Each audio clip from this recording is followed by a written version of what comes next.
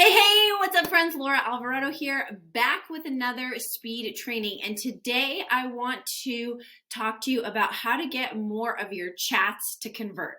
What are chats? Chats are any time you're talking with people. So this could be through Facebook Messenger, it could be through an Instagram DM, it could be a text message. So the whole purpose is to show you how to get more of these conversations with prospects to convert into trials.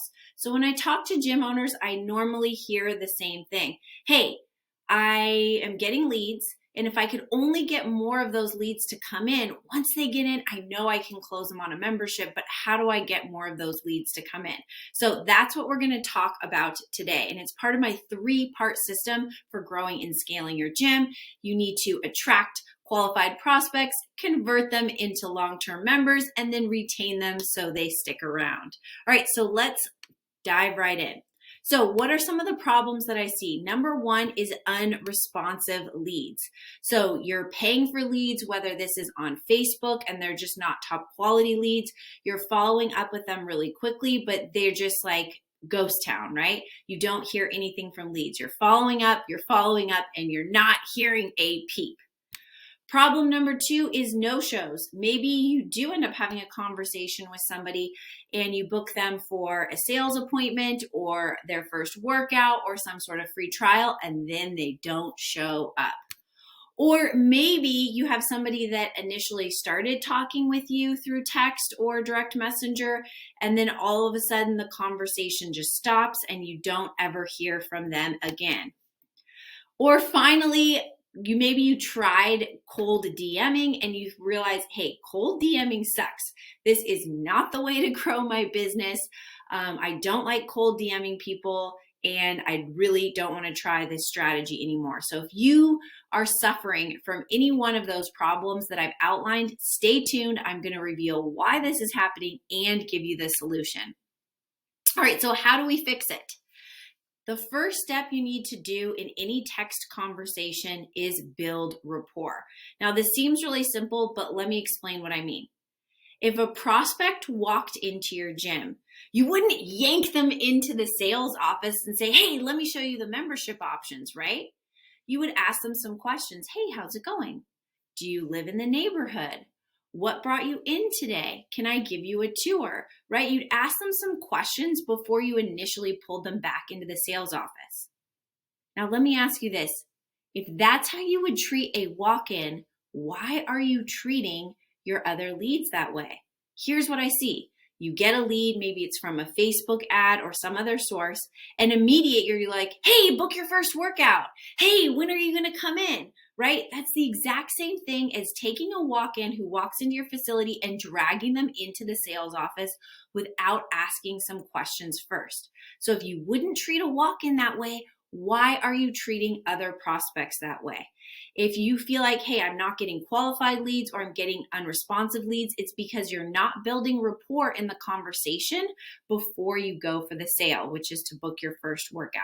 So step number 1 is to take that time and build rapport.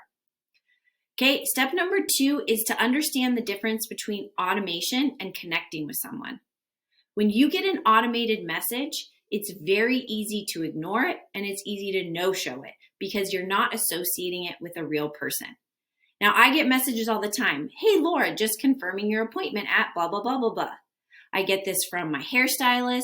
I get this from my dentist. I get this from my chiropractor. I get this from my kid's school, right? These automated messages. And when you send a message that seems automated, it actually conditions your prospects to see your phone number as spam, right? Now, when I get an automation, I don't associate that with a real person, so it's easy to ignore it. If you're someone who's getting no-shows, it's easy to no-show it. You're no-showing a business and automation, not a real person, right? So I like to use the barometer of, is this a message that I would send a friend? And if it's not, then I don't send it. Why is that? Because when your friend texts you, you read it. When your friend texts you, you are more likely to respond to it. And when your friend texts you, you're going to show up. So I would never send a message to my prospects, and this is especially important if you're struggling with show rate, something like, see you at your appointment tomorrow at blah, blah, blah, right? You'd never send that to a friend. Or, hey, book your first workout. You'd never text a friend and say, hey, book a time to work out with me. You'd say, hey, do you want to meet for a workout tomorrow? What time would you like to work out? Hey, I'm really excited to see you tomorrow. So I like to use the barometer of, is this a message you would send a friend? Because if it seems like an automation, it's going to be easily ignored and easily no-showed. So if you want to convert more leads into trials, you need to follow these basic steps. Now, there are two parts to any conversation. Number one, you have to build rapport, and number two, you have to sell. So the first thing you want to do is make sure that you're relating and responding. One of the biggest mistakes that I see people make in their scripts is they're just firing off questions, which feels impersonal and robotic. So you want to make sure that you are only asking one question at a time, but that you also respond and relate to whatever they said. So every conversation is going to be slightly different. For example, if they say, hey, I'm really struggling with consistency in my workouts, I find it hard to find time to work out, right? Before you ask the next question, you want to show that you understand. That makes sense. I've got a lot of other clients in the same boat. Or I can relate. When I first started working out, I felt the same way, or whatever it is. So you want to acknowledge and respond to whatever they said before firing off the next question. Okay, tip number 2 is to text like a 13-year-old girl. So if you've ever texted with a teenager, you'll hear your phone going ding, ding, ding, ding, and you're like, why am I getting so many text messages? It's because they send one line at a time, click send, and then again, one line at a time, click send. The reason why this is beneficial, it's just like in your emails, why you don't want to have more than 1 to 2 lines without a space. Number one, it's easier to skim and less overwhelming. Now, I don't know about you, but when I get a huge paragraph message, what's the first thing I think?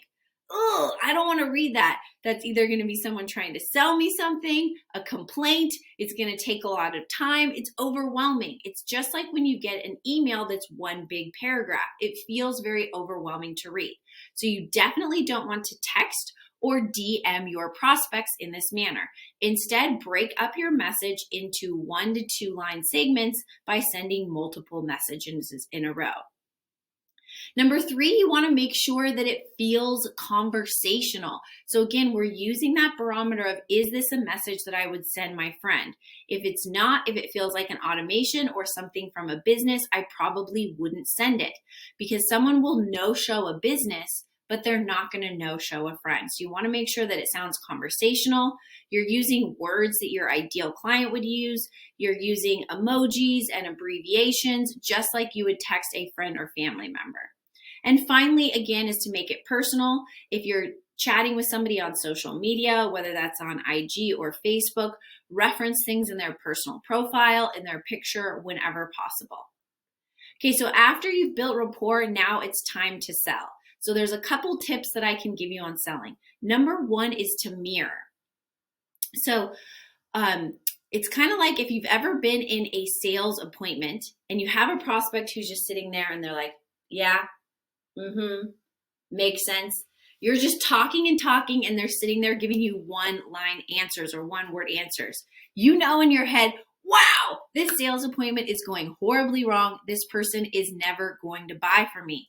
So the same is true when you're messaging with somebody or chatting with somebody. If they're giving you a one-line response, you have to give a one-line response. When all of a sudden they send you a big paragraph, that's your cue that they're open and ready to buy. So I like to use the barometer of, hey, I'm going to mirror or match the length of their message in whatever I'm sending. And sometimes I'm actually not going to go for the sale. You don't want to kill an opportunity later by selling too soon. So I wait for the prospect to cue me and tell me they're ready before I go for the sale, so I don't ruin the opportunity later, which comes me here to point number 2, know when to sell and when to stop. So it's better to have multiple conversations with a prospect and wait until they're giving you those cues they're ready to buy than it is to ruin the opportunity for later. Number 3 is ask questions, but only one at a time. And I think I mentioned this previously. You don't want to fire off multiple questions in a row. When someone asks you 3 questions in a row, the prospect's like, whoa, that's too much work. I don't want to answer all of these questions. And they're much more likely to halt or stop the conversation. So if you notice that you have conversations that are halted, it's usually because you're asking too many questions in a row or because you're trying to sell too soon.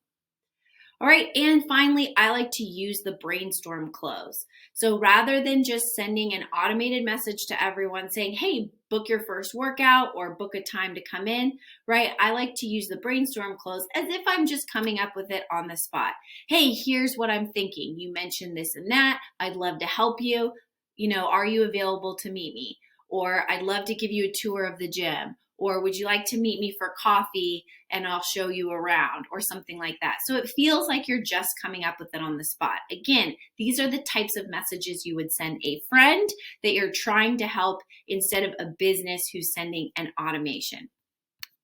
So if you would like a copy of my Close by Chat script where I go through the exact steps that you need in order to close a conversation via chat, that's text or DM, just click the button below and I will shoot it right over. It's going to open Facebook Messenger. My handy dandy bot will deliver the script automatically, but then if you have a question, you can hit reply, and when I'm online next, the real me will reply when I can. All right, thanks guys. I hope you enjoyed this speed training, and I'll see you back in the next video with more tips to grow and scale your fitness business.